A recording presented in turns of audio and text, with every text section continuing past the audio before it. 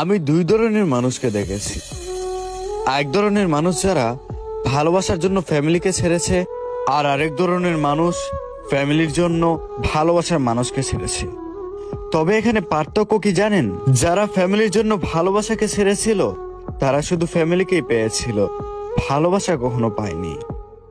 আর যারা ভালোবাসার জন্য ফ্যামিলিকে ছেড়েছিল তাদের কখনো না কখনো ফ্যামিলিও মেনে নিয়েছিল।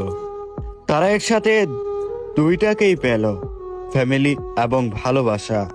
একটা কথা সবসময় মনে রাখবেন, ভালোবাসা হারিয়ে গেলে কখনো ভালোবাসা পাওয়া যায় না। আর এটা সবসময় মেনে চলবেন, অন্য কাউকে খুশি করতে গিয়ে নিজের ভালোবাসাটাকে বিসর্জন দিবেন না।